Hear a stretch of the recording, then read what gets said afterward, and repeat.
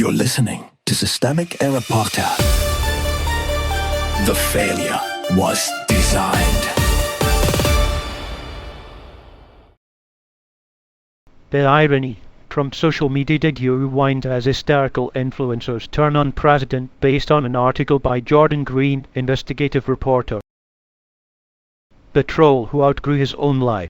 Alex Bruesewitz is not exposing a propaganda machine. He is describing the machine he has helped run, then pretending he has just discovered the gears. The current flare-up inside MAGA over the war in Iran and the Epstein files is less a mystery than a familiar collapse, an operation built on manufactured outrage now eating itself when the propaganda stops serving the bosses. The context.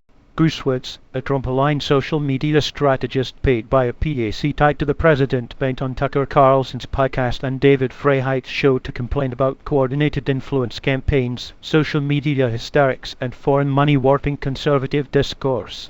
He used that framing to defend Trump's handling of the Epstein files and to attack online critics of the administration's Iran policy, even as his own history includes helping amplify the racist Springfield lie about Haitians eating pets and running influencer operations for Trump's campaign.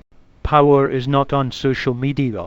The central lie in the story is that social media chaos is the cause of political damage. It is not. Social media is the delivery system. The decisions came from institutional power, Trump's campaign, Trump's PAC network, Trump's administration, and a Supreme Court ruling that reinforced deportation authority over Haitians after the administration moved against temporary protected status.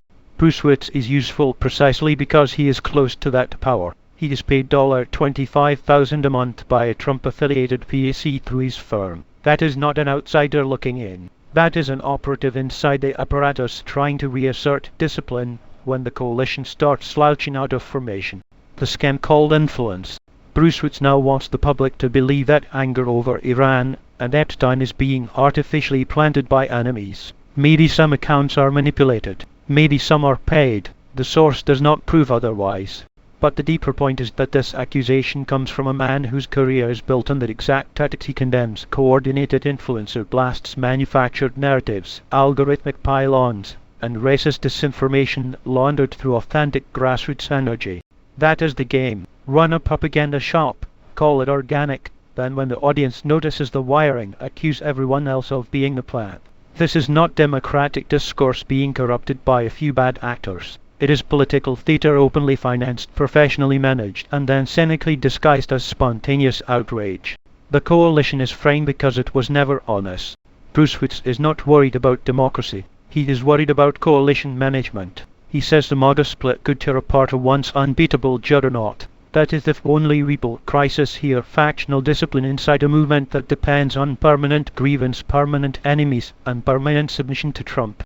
The cracks are obvious. Carson breaks with the GOP. Marjorie Taylor Greene drifts. Vance tries to soothe the anti-interventionist wing while signaling around the Iran agreement. Bruesewitz rushes on to podcasts to police the rupture because this movement cannot survive honest disagreement. It needs a steady supply of enemies, not a functioning argument. That irony is brutal. The same ecosystem that turned a racist rumor about Haitian migrants into a national campaign also wants credit for being the guardian of truth now. The same people who used lies to move Trump's campaign are suddenly alarmed that other people might be manipulating opinion. The performance is too thin to hide the contradiction. What this story actually shows. This is not a story about online confusion. It is a story about how authoritarian politics gets maintained in public, paid intermediaries, grievance laundering, race baiting, foreign policy panic, and constant attempts to reframe deliberate harm as messy chatter. The objective is not persuasion in any honest sense. It is control. Bruesewitz's complaint that hysterics are taking over the government is revealing only because it accidentally names the truth. The system he serves is governed by hysterics, monetized by manipulators, and enforced by institutions willing to reward them. The outrage is not a bug. It is the governing style. The democratic lesson is not to debate this ecosystem more gently. It is to identify who pays for it, who amplifies it, who benefits from it, and who gets hurt when the lies graduate from posts to policy.